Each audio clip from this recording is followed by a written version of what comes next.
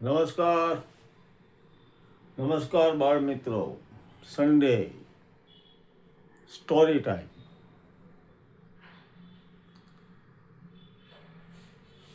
માનુશ્રી, વિયાન, જીયા અને માનુશ્રી ને વિયાનના mummy papa Sasan ફરવા ગયા. સાસણથી પરત ફરતા હતા, આનંદ કરતા હતા બધા. સાસણ ગીર જોવાની મજા આવી, જંગલની અંદર રહેવાની મજા આવી, ખૂબ આનંદ કર્યો.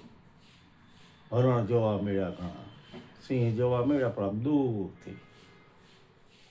આનંદથી બધા આવતા હતા, ગાડીમાં ગીત વાગતા હતા, મસ્તી કરતા હતા.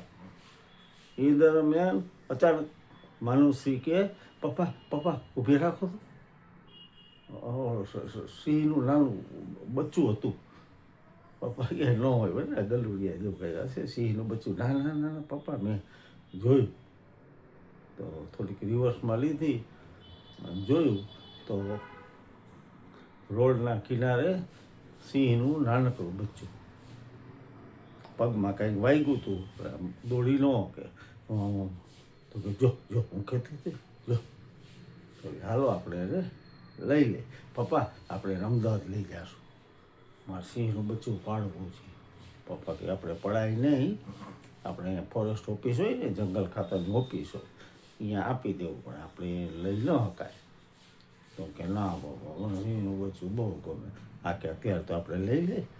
તો સિંહનું બચ્ચું ગભરાતું હતું, પણ ધીમે ધીમે નજીક ગયા.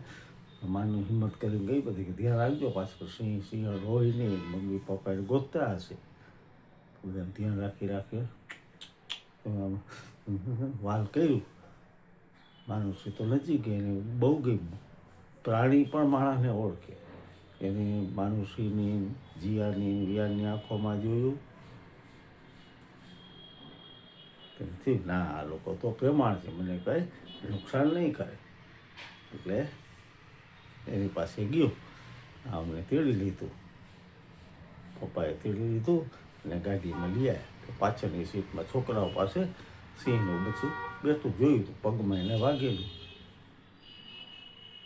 કંઈક ખીલી જેવું હતું અંદર, થોડું થોડું લોહી નીકળતું. એ પપ્પા, અને આપણે પહેલાં તો છે ને પટ્ટી કરાવવી પડશે. તે પપ્પાએ સીધી ફોરેસ્ટ ઓફિસ આગળ લઈ લીધી અને જે વાત કરી કે આવું છે. બધા કે બહુ સારું કર્યું, થેન્ક યુ, ધન્યવાદ, તાત્કાલિક એની સારવાર કરો. ત્યાં માનું તો એની બાજુમાં માથેમાં માથ પહેરે, મતે મટી જશે, મટી જશે, મતત મટી જશે, કાંઈ ન થાય તને. હા, અને સિંહનું બચ્ચું જાણે ઓળખતું હોય ને, એની સાથે વાલ કરે.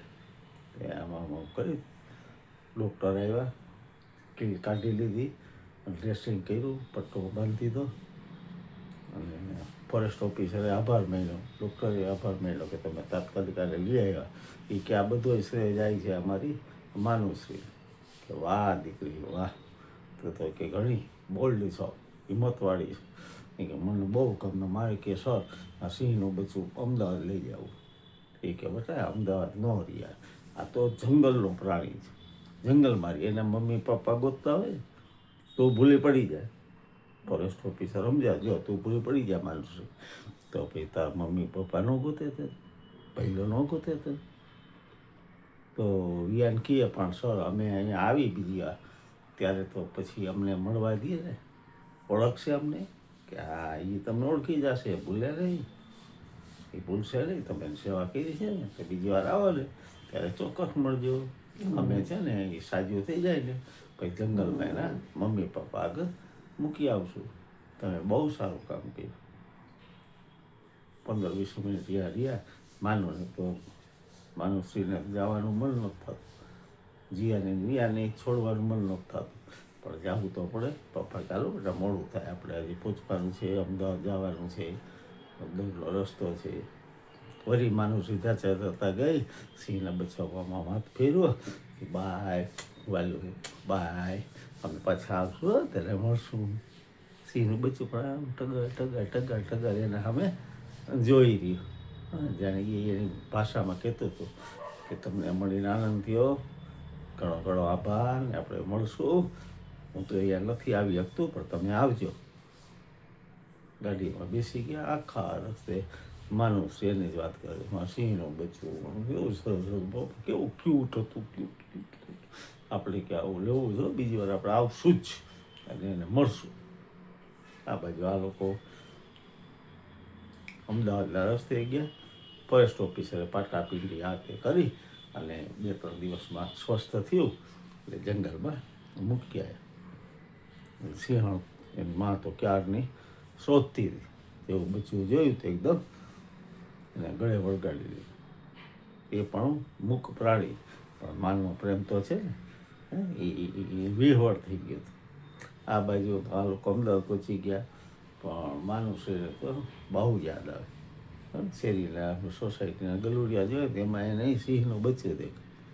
આમ કરતાં 6 મહિના વીતી ગયા.